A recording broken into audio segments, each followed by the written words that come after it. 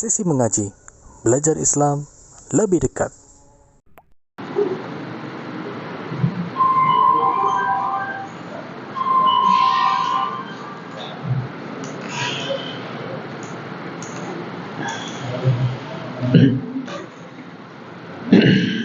Bismillahirrahmanirrahim. Assalamualaikum warahmatullahi wabarakatuh.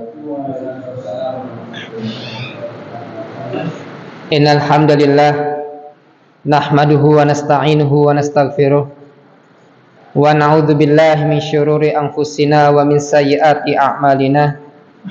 Man yahdihillahu fala mudhillalah wa man yudlil fala hadiyalah. Asyhadu an la ilaha illallah wahdahu la syarikalah wa asyhadu anna Muhammadan abduhu wa rasuluh. Allahumma shalli wa sallim ala nabiyyina Muhammad wa ala alihi wa ashabihi wa man tabi'ahum bisanin ila yaumiddin.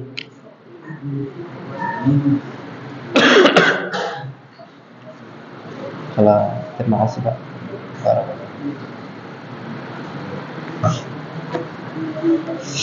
Alhamdulillah, kita panjatkan segala puja dan puji syukur kepada Allah Subhanahu wa taala yang dengan karunia-Nya kita alhamdulillah masih bisa menyempatkan diri kita untuk menghadiri majelis ilmu, majelis yang termasuk taman-taman surga dunia,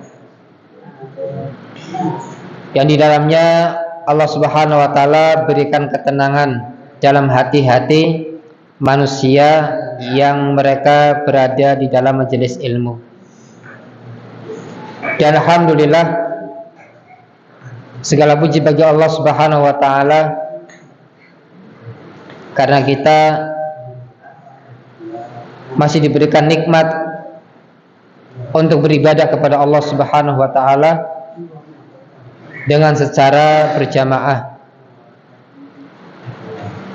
Salam salam semoga terlimpahkan kepada Nabi kita Muhammad sallallahu alaihi wasallam. Semoga terlimpahkan kepada keluarga-keluarga beliau, kepada sahabatnya, dan juga kepada umatnya yang senantiasa selalu berpegang teguh dengan agama yang dibawa oleh Nabi Muhammad sallallahu alaihi wasallam. Jamaah yang dimuliakan Allah Subhanahu wa taala, pada malam hari ini kita akan membahas tentang salat hari raya, ya. Yang salat ini tentunya dalam satu tahun ada dua hari raya, yaitu hari raya Idul Fitri dan hari raya Idul Adha, ya. Yang ini akan ada senantiasa setiap tahunnya. Dan alhamdulillah kita semua bisa merasakan ketika Idul Fitri, ketika Idul Adha. Di sini pembahasannya nanti akan disebutkan tentang etika atau adab-adab ketika pada hari raya, yang tentunya sedikit atau banyaknya kita mungkin mengetahui tentang adab-adab atau etika ketika di hari raya. Di sini Syekh Abu Bakar Jabir Az-Zairi menjelaskan tentang hukum dan waktu pelaksanaan sholat dua hari raya. Kalau di Idul Fitri itu sholatnya agak dimundurkan. Kenapa dimundurkan waktunya? Agar orang-orang yang belum berzakat segera menunaikan zakat, ya. Adapun Idul Adha itu agak disegerakan sholatnya karena biar cepat proses penyembelihan hewan kurban, ya. Sehingga di pagi-pagi ketika hewan kurban itu disembelih kemudian dipotong-potong, dagingnya dimasak, kita bisa merasakan daging hewan kurban.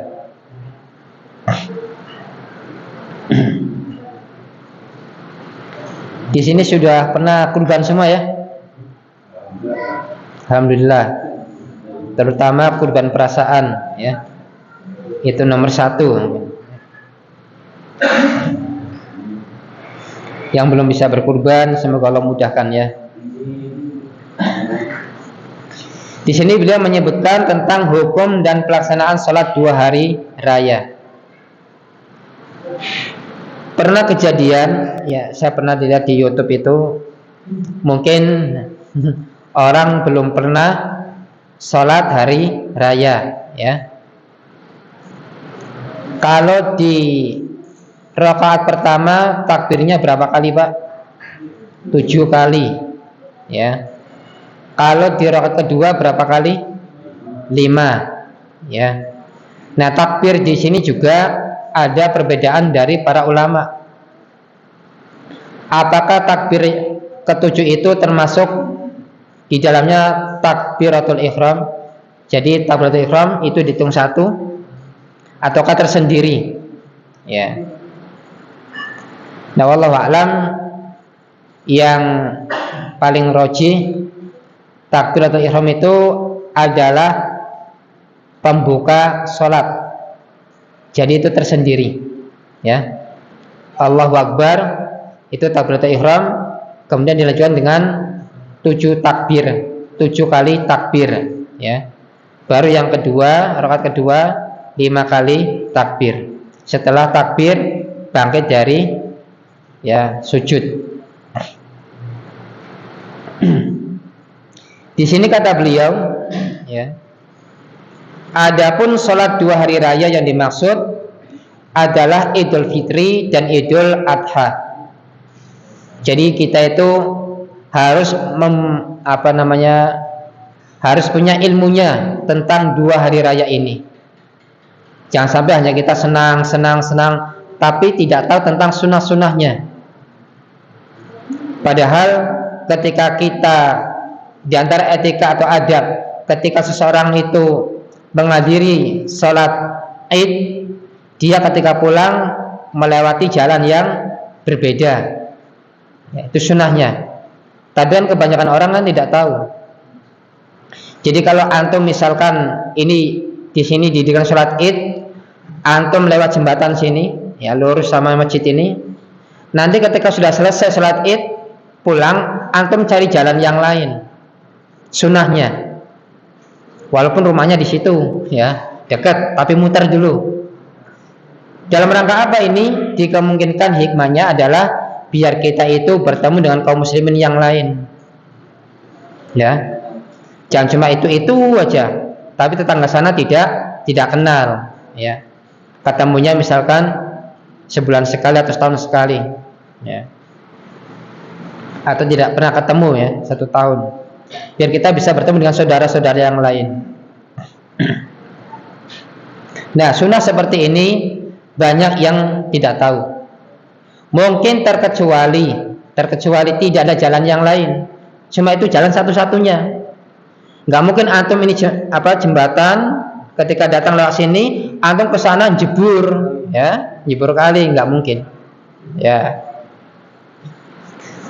Nah, kalau cuma 1 jembatan, 1 jalan, itu ya sudah itu yang dilewati. Mau ketika berangkat ataupun pulang. Kemudian kata Syekh Abu Bakar Jabir Al-Jazairi, di mana keduanya itu, yaitu salat hari raya dan Idul Adha, merupakan salat sunnah yang sangat dianjurkan sekali. Sehingga di sini hukumnya adalah sunnah muakkadah, ya, sunnah muakkadah. Kemudian nanti dijelaskan bagaimana kalau misalkan hari raya itu jatuh pada hari Jumat, jatuh pada hari Jumat. Apakah sholat Jumat itu tetap wajib? Ya, ini ada perbedaan di antara para ulama. Ya, nanti kita jelaskan. Insya Allah mungkin ada pembahasannya di sini. Kalau misalkan hari raya itu jatuh pada hari Jumat, maka sholat Jumat itu tidak wajib. Tapi kalau ingin mendirikan sholat Jumat silahkan, karena dikemungkinkan ada orang-orang yang tidak bisa menghadiri sholat Id, ya, sehingga dia ikut sholat Jumat. Di sini Allah Subhanahu wa taala beliau membawakan sebuah ayat Al-Qur'an dalam surat Al-Kautsar, surat yang terdiri dari berapa ayat? 3 ayat, ya. Allah Subhanahu wa taala berfirman, "Inna a'tainakal kautsar fasalli li rabbika wanhar." Ya, ayat 1 sampai 2. Inna, sesungguhnya kami, a'taina ka, memberi kepadamu al-kautsar. Ya, al-kautsar itu nikmat yang begitu banyak. Ya. Ketika Allah mengatakan inna a'taina kal kautsar, sesungguhnya kami telah memberikan kamu nikmat yang banyak, fasalli li rabbika wanhar, maka salatlah, dirikanlah salat karena Rabbmu, dan berkurbanlah, ya. Dan berkurbanlah. Wanhar itu mengalirkan darah, ya. Wanhar. Kalau dzabh itu menyembelih, kalau wanhar itu mengalirkan darah, ya. Tidak harus disembelih. Kalau onta itu saya lihat di YouTube itu pakai tombak daerah sininya, ya. Daerah sini. Karena di sini adalah pernapasannya onta. Kalau ayam, bebek, terus kambing, sapi kan di sini, ya, daerah sini. Ya. Kalau onta di sini.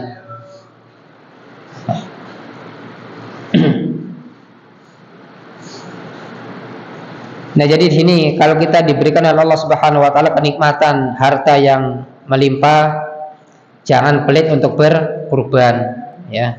Paling kambing 1 juta, domba ya 1.200.000, 1.400.000, ya.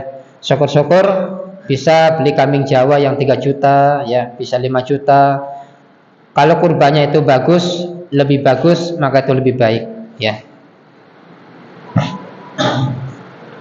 Kemudian kata beliau di sini, selanjutnya Allah Subhanahu wa taala mengaitkan kebahagiaan yang diperoleh seorang mukmin ketika dengan 2 salat tersebut. Ya. Kata beliau di sini, selanjutnya Allah Subhanahu wa taala mengaitkan kebahagiaan yang diperoleh seorang mukmin dengan kedua salat tersebut. Karena seorang mukmin itu sangat cinta kepada salat. Ya, belum waktunya sholat saja sudah ditunggu-tunggu. Itu seorang mukmin. Beda dengan orang muslim. Ketika adzan, kayaknya baru tadi sholat maning. Ya. Karena orang yang sholat adalah orang yang beriman. Orang yang puasa adalah orang yang beriman. Orang yang infak sedekah adalah orang yang beriman. Ya. Karena dia melakukan itu semua atas dasar keimanan, yakin akan adanya negeri akhirat, yakin adanya pahala. Beda dengan orang muslim yang tidak punya keimanan, mau sedekah maju mundur, ya kan? Maju mundur, ya kan? Balasannya apa sih? Belum yakin, ya, belum yakin. Karena ketika orang itu beramal, tidak akan Allah balas di dunia langsung, tidak kelihatan balasannya, tidak kelihatan, ya. Karena ketika kita beramal itu balasnya di akhirat. Sehingga ada pepatah, dunia ini tempat untuk apa? Bercocok tanam, berladang. Nanti hasilnya adalah di akhirat. Nah, jadi kalau kita bisa menanamkan seperti ini, maka kita akan meyakini tentang adanya hari akhirat. Nah, antum belajar ya seperti ini, kalau bukan dasar keimanan gak akan bisa, ya, tidak akan bisa.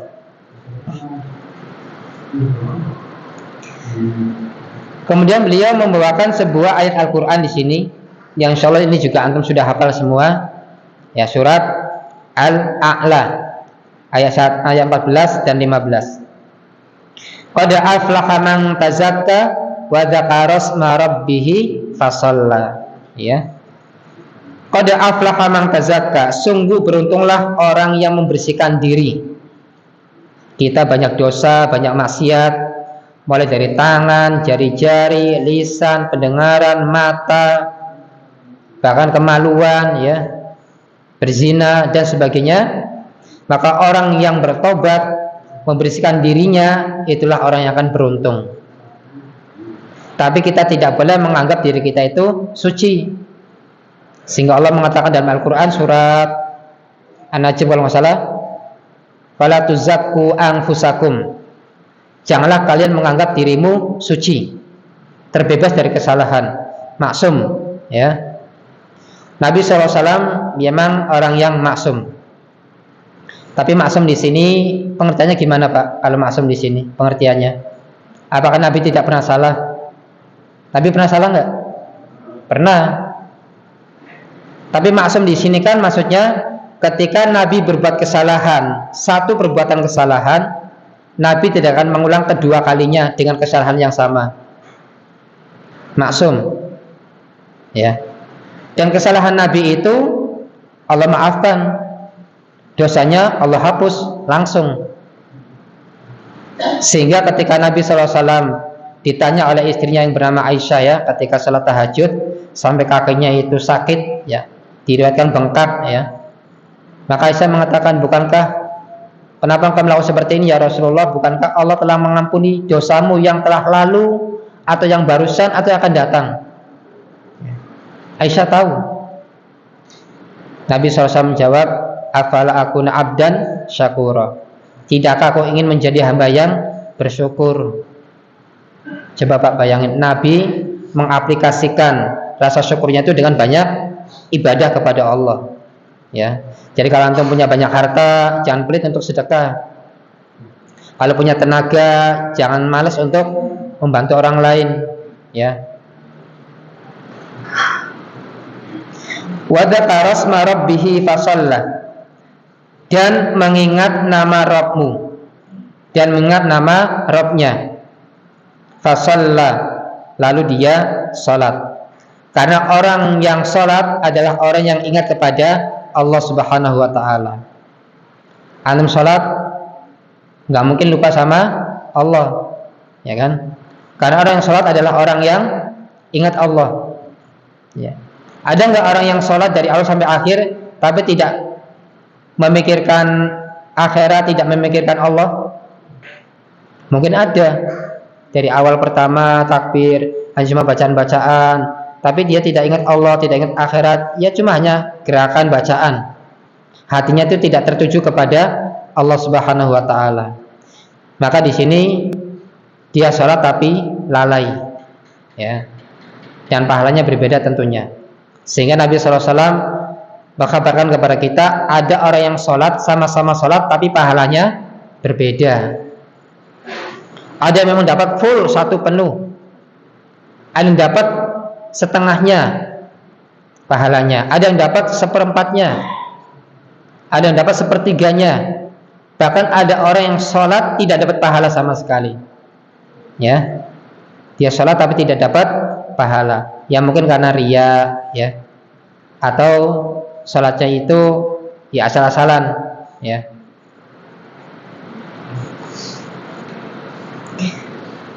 Kemudian kata Syekh Abu Bakar Jabil Al-Jazairi melanjutkan di sini, ya. Nanti di sini pada berikutnya akan kita bacakan tentang etika atau adab-adab atau hal-hal yang perlu dilakukan ketika akan mengerjakan sholat 2 hari raya. Kemudian Rasulullah SAW selalu melaksanakannya, ya. Dan beliau juga menganjurkannya dan memerintahkan supaya melaksanakannya, yaitu melaksanakan 2 sholat hari raya. Saya yakin semua orang Islam, baik yang sholat ataupun yang tidak sholat, ketika hari raya senang nggak? Senang. Yang nggak sholat ketika Idul Adha senang dapat daging kurban, sehingga menclok sana nyari daging, menclok sana nyari daging, padahal nggak sholat, tapi pengen daging kurban. Duitnya akeh tapi nggak mau kurban, dagingnya saja, ya. Ini orang yang berdosa seperti ini, ya. mampu berkurban tapi tidak mau berkurban. Pengennya dapat daging kurban, ya. Sudah nggak sholat, duitnya akeh nggak mau kurban, tapi pengen daging kurban. Banyak nggak Pak? Banyak ya. Aduh. Jangan sampai kita seperti itu ini, ya.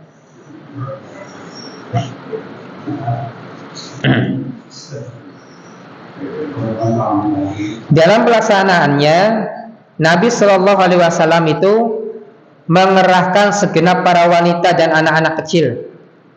Jadi anak-anak kecil, wanita-wanita yang pingitan ataupun yang bergas atau yang apa ya, disuruh keluar untuk menghadiri salat hari raya.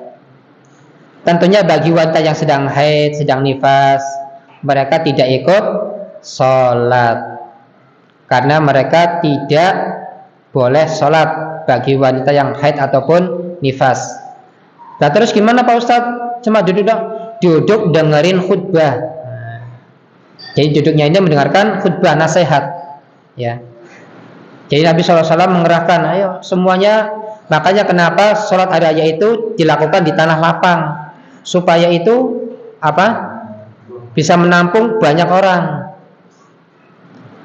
Nabi tidak memberitakan sholat di masjid, ya, ketika sholat hari raya. Padahal Nabi SAW dengan masjid Nabawi itu dekat, tapi Nabi perintahkan untuk di lapangan, ya. Kita tahu kalau di lapangan bola misalkan, masya Allah ya, ternyata kaum muslimin itu banyak sekali, ya, banyak sekali.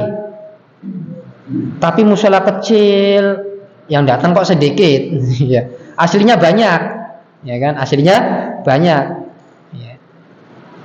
Keluarnya itu sholatnya ketika hari raya saja, ya. Jadi wanita-wanita baik yang haid ataupun nifas, anak-anak kecil, semuanya disuruh keluar untuk menghadiri salat hari raya, ya, untuk menyaksikan, melaksanakan salat hari raya. Atau kalau tidak melaksanakan salat, maka dia para wanita mendengarkan nasihat, ya, khutbah dari sang imam, ya, yang berkhutbah. Pokoknya baru sebentar Pak. Pas sudah alarm, kecepatan Bang. Ya. Karena hal itu dikarenakan bahwa sholat 2 hari raya merupakan salah satu syiar Islam, maka harus ditampakkan itu, ya. Karena itu ada syiar Islam, harus tampakkan, bukan karena riya, bukan karena pamer. Memang harus tampakkan syiar Islam itu. Sebagaimana sholat berjamaah harus tampakkan supaya tahu, oh, orang Islam itu masya Allah, ya. Dan pemandangan keimanan dan ketakwaan. Lihat orang-orang Islam masya Allah, ya, bagaimana dia menyentuhkan dahinya di tanah dalam rangka bersujud kepada penciptanya, ya, penciptanya.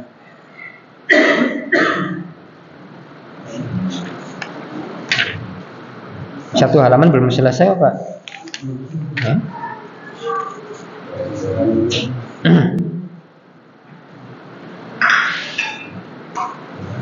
Ya sudah, kita lanjutkan sedikit nanti, ya, tidak lama-lama takutnya kemalaman juga, ya.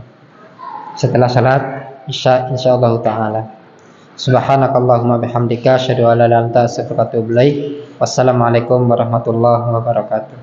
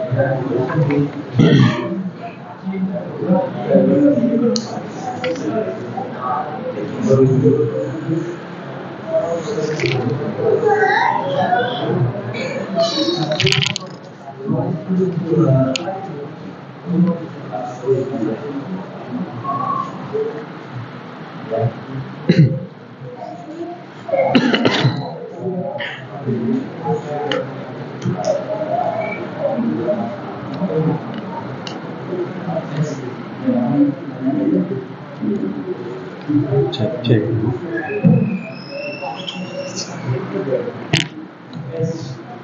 Cek, cek.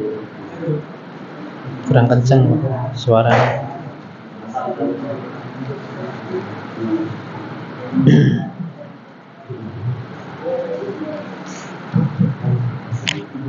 Boleh deh.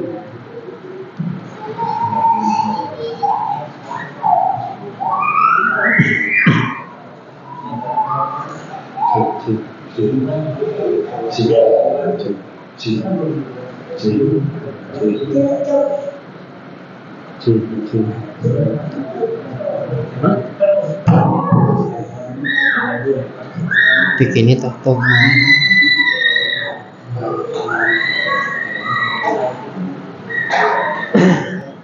Assalamualaikum warahmatullahi wabarakatuh. Alhamdulillahirabbil alamin wassalatu wassalamu ala Rasulillah. Amma ba'd. Kita lanjutkan sedikit. Nanti kita insyaallah pertemuan berikutnya akan kita bahas tentang etika. Maaf Pak ya, suaranya mungkin kok agak berbeda ya.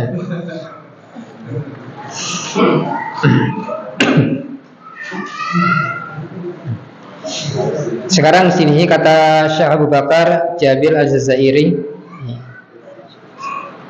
waktu pelaksanaan salat 2 hari raya ialah dimulai sejak matahari naik setinggi tombak.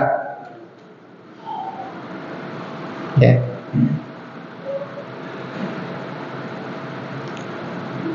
Ini ketika matahari sudah mulai berwarna putih setinggi tombak. Ya, jadi itu waktu pelaksanaan sholat 2 hari raya. Ketika matahari terbit, kemudian setinggi tombak. Ya, di sini tombak kan pendek panjangnya kan berbeda ya. Ya intinya ketika matahari sudah berwarna putih, ya itu sudah bisa dimulai untuk sholat hari raya.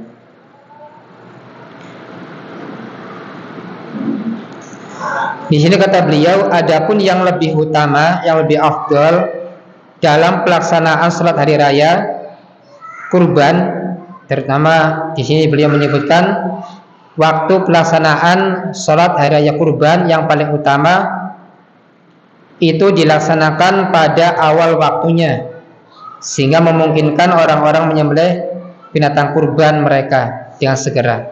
Ya, jadi matahari tidak terlalu meninggi sekali, tidak terlalu panas sekali.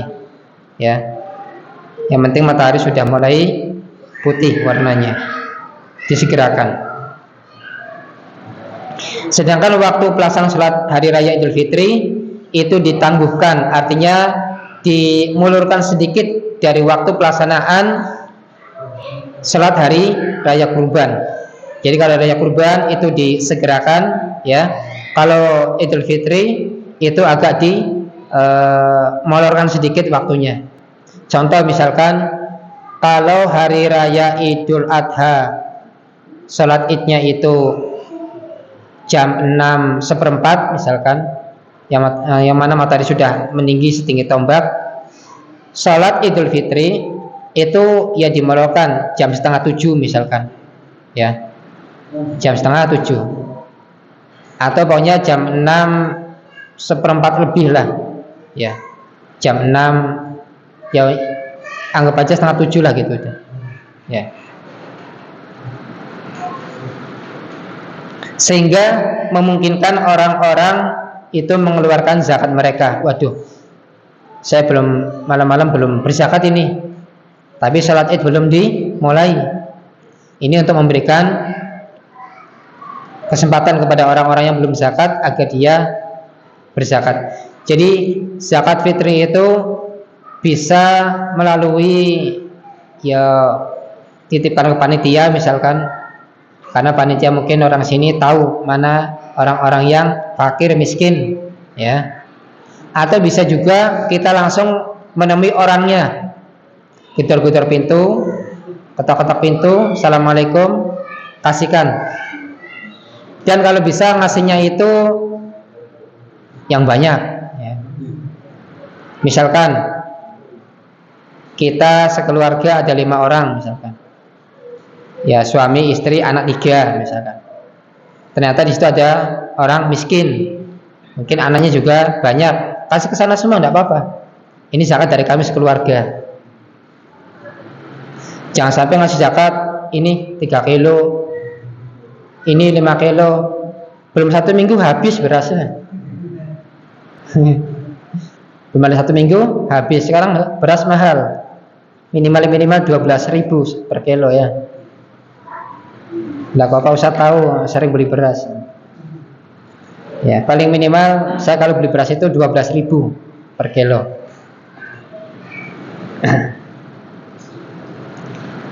Buatlah orang yang menerima zakat beras itu ya cukup untuk beberapa hari ya. Jangan sampai dikasih pas hari itu juga berasnya habis ya. Nah, sekarang masalah zakat fitri ini atau ya banyak sekali pelanggaran-pelanggaran sebenarnya. Banyak sekali pelanggaran, Pak. Ada orang nitipin zakat di masjid. Ya, tapi ngasih ke fakir miskin tuh sedikit.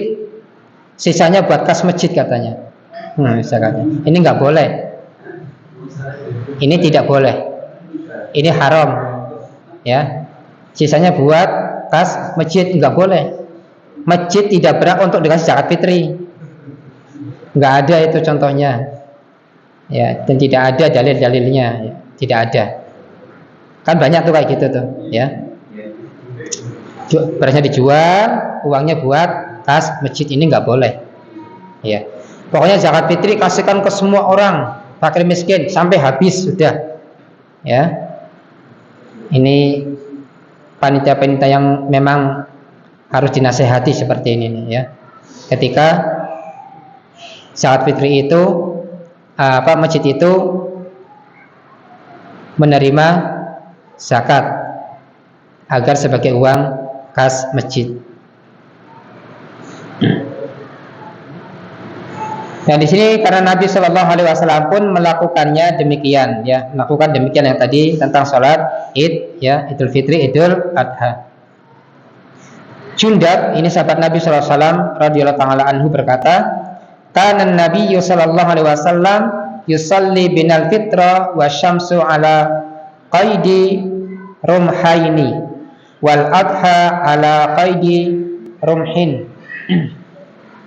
Nabi SAW biasa salat hari raya Idul Fitri bersama kami saat matahari telah naik kira-kira 2 tombak, dan melakukan salat hari raya kurban saat matahari naik kira-kira setinggi 1 tombak. Jadi kalau salat Idul Fitri itu ukurannya setinggi 2 tombak. Kalau salat Idul Adha itu kira-kira matahari setinggi 1 tombak. Nah, jadi mungkin perkiraan kalau jam itu tadi ya, jam 6:04 Idul Adha, ya, ketika hari raya Idul Adha, salat Idul Adha. Nah, Idul Fitrinya mungkin 6:30 lah, ya, agak dimolorkan agar orang-orang yang belum berzakat dia mengeluarkan zakatnya. Dan dia mungkin kalau dia membawa zakat kan di tanah lapang yang orang-orang itu mau salat hari raya, bisa lihat, kayaknya saya punya kenalan yang miskin, oh itu kasih, ya, ini zakat saya. Dan kebanyakan kesalahan juga, ada orang yang tidak sholat, ya mungkin sholat lah tapi tidak puasa. Dia beranggapan dengan zakat itu sudah memberikan semua dosa-dosanya. Nah, kan seperti itu, enak sekali. Tidak puasa 1 bulan dengan zakat fitri, dosa-dosanya itu sudah bersih, hilang, seperti bayi yang baru lahir. Ini anggapan yang salah. Di antara hikmah zakat itu adalah untuk membersihkan orang-orang yang berpuasa. Ketika pada waktu menjalankan ibadah puasa, dia melakukan berbagai kesalahan atau kemaksiatan, ya. Jadi bukan dengan zakat fitri kemudian bebas, ya, hilang dosa-dosanya, enggak, ya. Kan banyak seperti itu, gampang sudah bersih, nanti mulai lagi judi, main kartu, nggak apa-apa, berbuat dosa lagi, ya. Ya, ini orang-orang yang salah, ya. Nah, hadis ini tadi diriwayatkan oleh Imam Al-Hafidh, ya,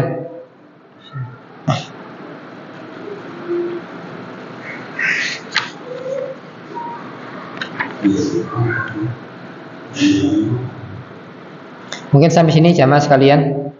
Insya Allah pertemuan berikutnya kita akan bahas tentang etika atau adab-adab yang harus dilakukan ketika akan menghadiri salat 2 hari raya. Apa saja sih adab-adabnya sehingga kita bisa mengamalkannya, dan dengan kita melakukan adab-adab tersebut kita akan banyak mendapatkan pahala dari Allah Subhanahu wa taala.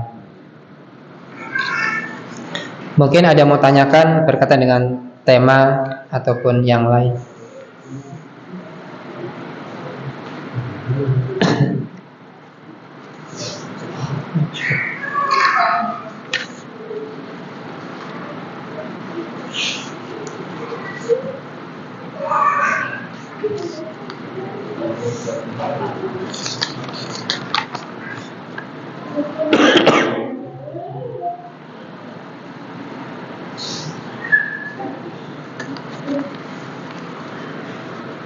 Ini sini ada 2 pertanyaan ini.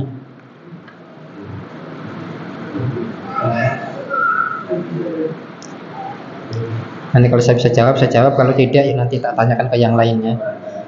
Pertanyaan pertama di sini. Assalamualaikum. Waalaikumsalam warahmatullahi wabarakatuh. Afan Ustadz, ya saya Afan kan ya. Mohon jelaskan asal muasal perkataan Nabi SAW, sebaik-baiknya kamu adalah yang paling baik dengan istrinya. Apakah amalan baik kepada orang lain tidak ada gunanya jika tidak baik sama istrinya? Ya, ini berkaitan dengan suami, ya. Kenapa di sini dikatakan oleh Nabi SAW sebaik-baik kamu adalah yang paling baik dengan istrinya? Karena istri adalah orang yang wajib kamu nafkahi, dan istri itu adalah tanggungan yang besar bagi suaminya yang wajib dinafkahi. Karena seorang suami itu mengambil anak orang lain, dan seorang istri dia wajib taat kepada suaminya, sehingga suami itu minta ditaati oleh istrinya, sehingga sang suami harus baik kepada istrinya. Jangan sampai seorang suami minta ditaati tapi tidak baik sama istrinya, ya. Karena orang karena istri itu adalah salah satu orang yang paling dekat dengan kita, ya. Sudah menjadi tanggungan kita yang kita harus didik, kita nafkahi. Juga kita diwajibkan untuk berlaku baik kepada istrinya. Karena ada suami-suami yang memang tidak baik sama istrinya. Di waktu siang suka mukul, di waktu siang suka nendang, di waktu siang suka marah-marahi, suka mencaci istrinya. Padahal istrinya Masya Allah ya, sudah masakin, sudah nyuciin, mengandung anaknya, ya. Di siang hari dimarah-marahi, dibentak, dipukul. Tapi ketika di malam hari dipakai sama suaminya, ya. Tahu dipakai Pak? Iya. Di siang hari digituin, tapi di malam hari dipakai. Butuh, ya. Nah, suami jangan seperti itu. Karena istri adalah orang yang paling dekat dengan suami, yang dia itu menjadi pemimpin untuk anak-anaknya, menjadi tanggungannya lah, ya. Bukan berarti ketika jadi gini, sesuatu itu ada yang baik, ada yang lebih baik. Wajib kita juga berbuat baik kepada yang lain. Tapi karena tidak semua laki-laki itu dia baik kepada istrinya, seorang suami. Makanya di sini Nabi SAW pernah bersabda,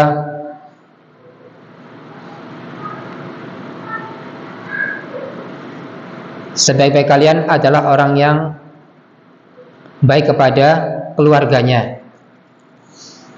dan aku adalah orang yang paling terbaik untuk keluargaku, kurang lebih seperti itu hadis Nabi Shallallahu Alaihi Wasallam.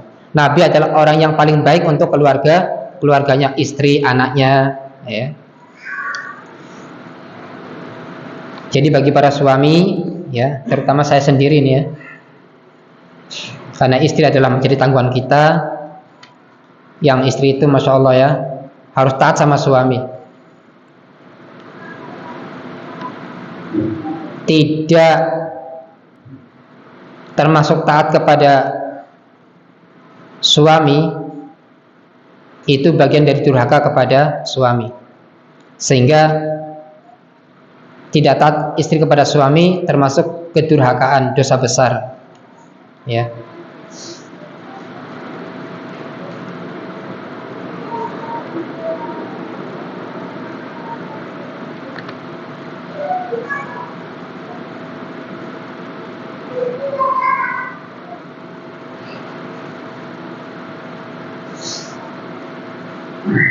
Wallahu a'lam. Singkat saja ya.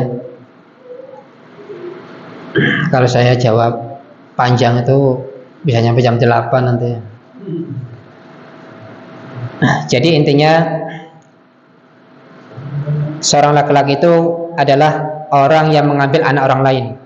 Orang tua sudah melahirkan anak yang perempuan, mendidik, kemudian memberikan biaya sekolah sampai selesai, tiba-tiba diambil sama seorang laki-laki, dibawa jauh lagi, ya kan? Sehingga wajib bagi seorang suami memperlakukan istrinya dengan baik, tutur katanya ya baik, perlakuannya ya baik, ya. Jangan sampai tidak ada perlakuan yang khusus istimewa untuk istrinya.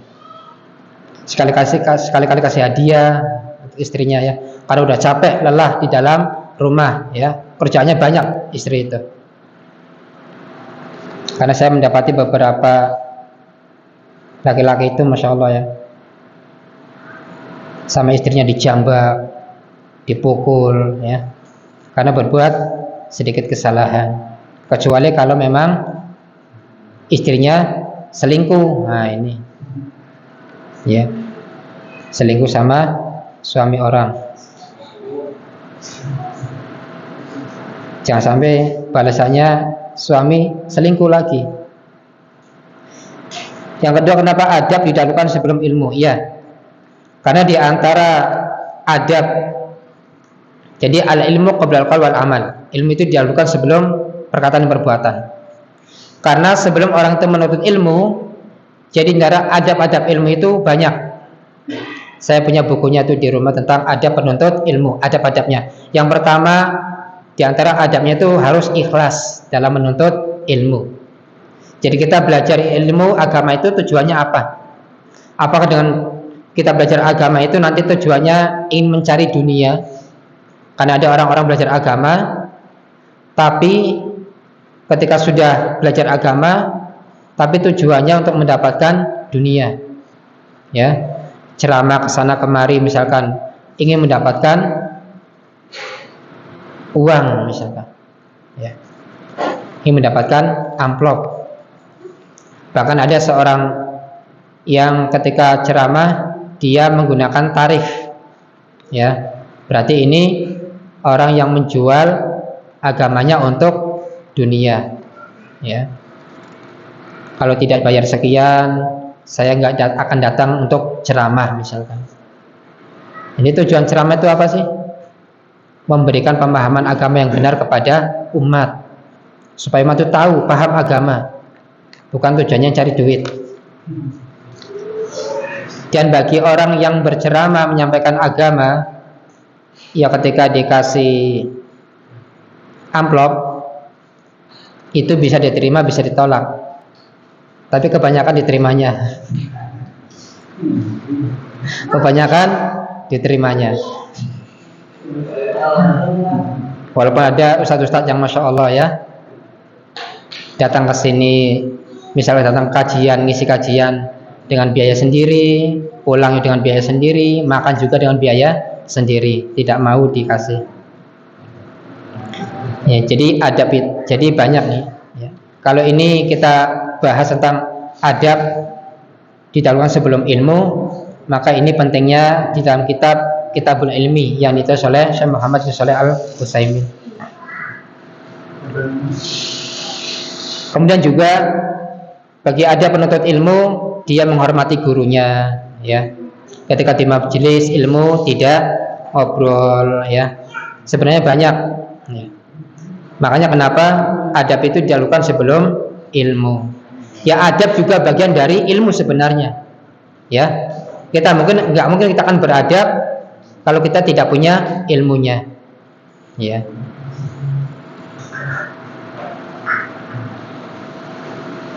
Mungkin ini Bapak Ibu yang bisa saya jawab semampu saya. Yang pertama berkaitan dengan rumah tangga, yang kedua berkaitan dengan adab-adab penuntut ilmu, ya. Adab itu didahulukan sebelum ilmu, ya. Jadi kita dalam menuntut ilmu harus ikhlas pertama kali, ya, harus ikhlas. Kemudian yang kedua, kita menuntut ilmu bukan dalam rangka untuk agar tenar. Oh, orang paham agama ceramahnya bagus, hafalannya banyak, ya, bukan. Cukup ya, takut kemalaman soalnya. Jadi jawabannya singkat-singkat saja, ya. Kalau pengen lebih panjang lebar lagi, ya, kajiannya pagi, jam 8 pagi mulai, jam 11 selesai. Nah, ya, daurah. Ini kan waktunya terbatas. Saya nggak pengen kemalaman, ya. Kasihan antum juga. Kasihan antum apa kasihan anak? Ya.